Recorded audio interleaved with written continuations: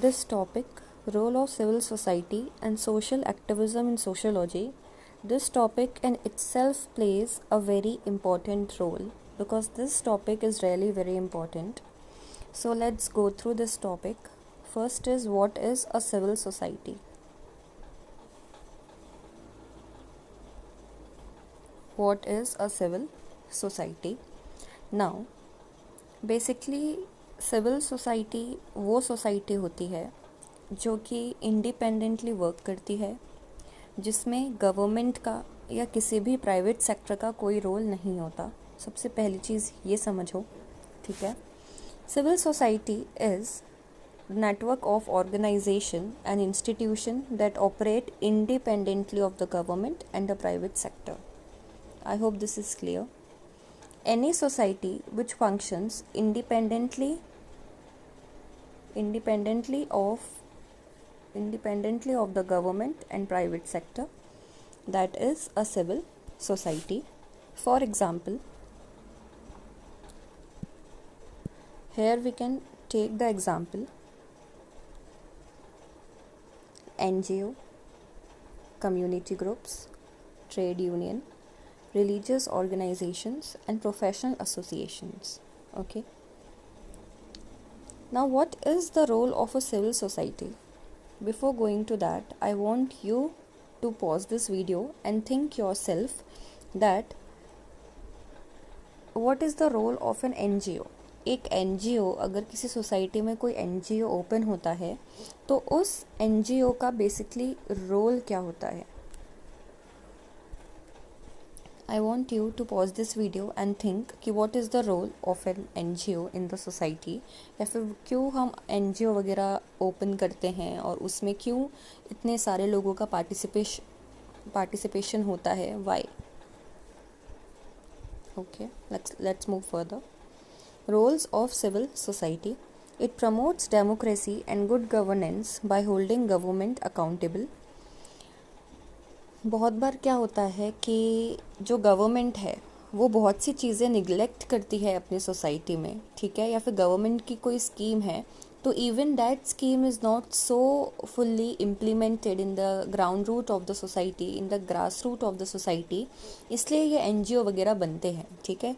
अब ये NGO जो होते हैं ये बेसिकली डेमोक्रेसी प्रमोट करते हैं, गुड गवर्नेंस प्रमोट करते हैं. Good governance they promote by holding governments accountable. For example, please understand this कि एक सोसाइटी है, एक सोसाइटी में कोई इशू है, ठीक है, and government is not paying attention to that particular issue, but that issue has to be serious, ठीक है. एक सोसाइटी में कोई सीरियस इशू है जिस पे गवर्नमेंट ध्यान नहीं दे रही, तो ये NGO क्या करते हैं? These NGO, they focus on the particular issue which is faced by the society, they generate the awareness about the same and they hold the government accountable for the same. That government should intervene and government should take some kind of action. ठीक है. Next, it protects human rights and the interest of marginalized group. Obviously, ठीक है, हर NGO का, हर community group का, हर trade union का, means everything, each and every civil society have different agendas, ठीक है, and according to their agendas they basically protect the human right and also the interest of marginalised group. Basically अपनी society में बहुत से ऐसे groups हैं, marginalised groups हैं, जो कि खुद वॉइस उठा नहीं पाते if any injustice has happened to them. So basically they go to an NGO and that NGO helps them, ठीक है. तो so basically NGO also work as a mediator between the marginalized group and the government, ठीक है, समझ आया. Next, provides services such as education, healthcare and disaster relief. There are NGOs, there are community groups which are also service providers, ठीक है. ऐसे बहुत से NGOs आपने देखे होंगे जो कि एजुकेशन प्रमोट करते हैं या फिर हेल्थ केयर वगैरह को देखते हैं, और there are many NGOs who provide food drive होता है एक प्रॉपर, ठीक है. नेक्स्ट, एनकरेज सिविक पार्टिसिपेशन और public participation and strengthen social capital. NGO से क्या होता है, नाउ हेयर इधर मैं आपको एनजीओ के एग्जाम्पल से इसलिए समझा रही हूँ that NGO is something which you all can relate, क्योंकि हर सोसाइटी में there is 1 or 2 NGO there, ठीक है। Now encourages civil participation, how?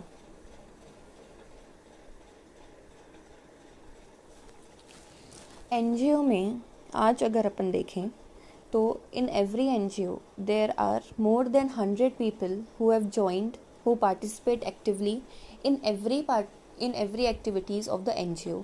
अब वो क्लीननेस को लेके कोई ड्राइव हो, फूड डिस्ट्रीब्यूशन को लेके कोई ड्राइव हो, हेल्थ केयर का कुछ हो, means anything, people participate in the activities which are conducted by NGOs or the civil societies, due to which the participation of civic is encouraged and it also strengthens the social capital, ठीक है।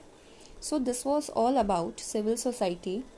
अगर civil society कभी समझ नहीं आए या फिर आप रिलेट नहीं कर पाओ कि एक सिविल सोसाइटी है क्या, there is only one thing that you need to keep in mind and that is NGO. और जैसे ही आपके दिमाग में एनजीओ आएगा, you can even write things according to you in examination, okay? Next, social activism. Now basically what is social activism? Social activism involves the effort to promote, impede, direct or intervene in social, political, economic or environment reforms.